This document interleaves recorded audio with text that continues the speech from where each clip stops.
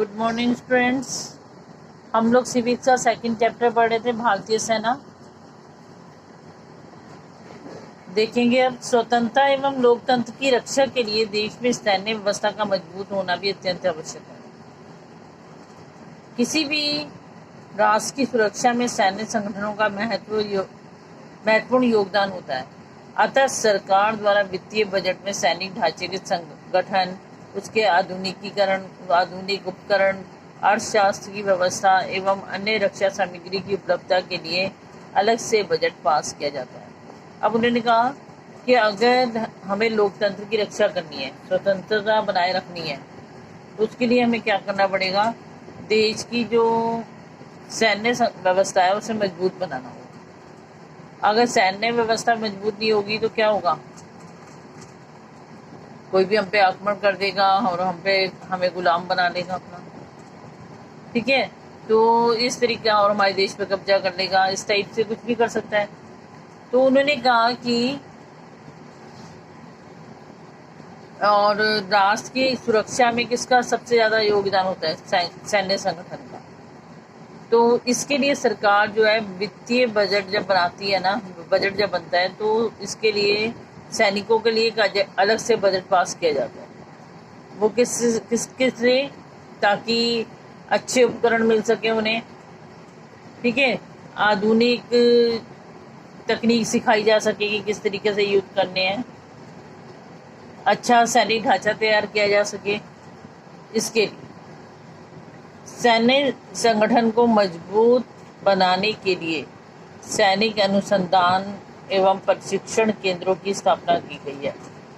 इन केंद्रों में सैनिकों को आधुनिक युद्ध प्रणाली, विभिन्न परिस्थितियों का सामना करने का प्रशिक्षण दिया जाता है। और क्या सिखाया जाता है यहाँ पर? कि किस तरीके से तुम्हें युद्ध करना है, ठीक है। नई नई तरीके सिखाए जाते हैं, नए नए तरीके के हथियार चलाने सिखाए जाते हैं, ठीक है। नई युद्ध प्रणाली सिखाई जाती है। तो ऐसे प्रशिक्षण दिए जाते हैं सैनिकों को यहाँ पर। तो इस तरीके के प्रशिक्षण केंद्र खोले गए हैं। सभी देशों में हमारे 3 सेनाओं का गठन किया जाता है। वो 3 सेनाएं कौन सी हैं? थल सेना, जल सेना और वायु सेना, ठीक है। 3 है हमारे यहाँ, थल सेना, जल सेना और वायु सेना। थल सेना, थल सेना जमीन पर रहकर लड़ती है, जल सेना पानी में, और वायु सेना इसमें वायु में, यानी हवाई जहाज या हेलीकॉप्टर के माध्यम से। चलिए अब देखते हैं सैन्य संचालन। भारत में सेना का सर्वोच्च अधिकारी जो होता है वो राष्ट्रपति होता है, और सेना के तीनों भागों का संचालन कौन करता है? वो राष्ट्रपति करता है। और भारतीय संसद द्वारा इसकी रक्षा इसके लिए एक मंत्री नियुक्त किया जाता है, और वो सारी इसके कार्य वगैरह देखता है कि देश की सुरक्षा के लिए क्या होना चाहिए। और सारी देश की सुरक्षा का दायित्व जो है संसद पे होता है।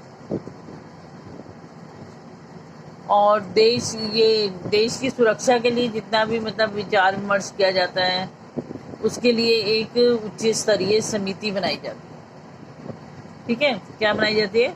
एक उच्च स्तरीय समिति बनाई जाती है, और जिसका अध्यक्ष होता है प्रधानमंत्री। कि क्या होना चाहिए, किस तरीके, कहाँ पर क्या चल रहा है, कितने सैनिक वहाँ पर होने चाहिए, किस चीज़ की कमी है, हमें उस चीज़ की कमी को पूरा करना हुआ, कितना गोला बारूद चाहिए, कितने बंदूकें चाहिए, इन सारी चीज़ों पे ना परामर्श किया जाता है। कितने सैनिकों को किस साइड भेजना है। तो ये सारे परामर्श, या कहाँ खतरा है कहाँ नहीं है, ये सारे परामर्श जो है उच्च स्तरीय समिति में करती है, और जिसका अध्यक्ष होता है प्रधानमंत्री।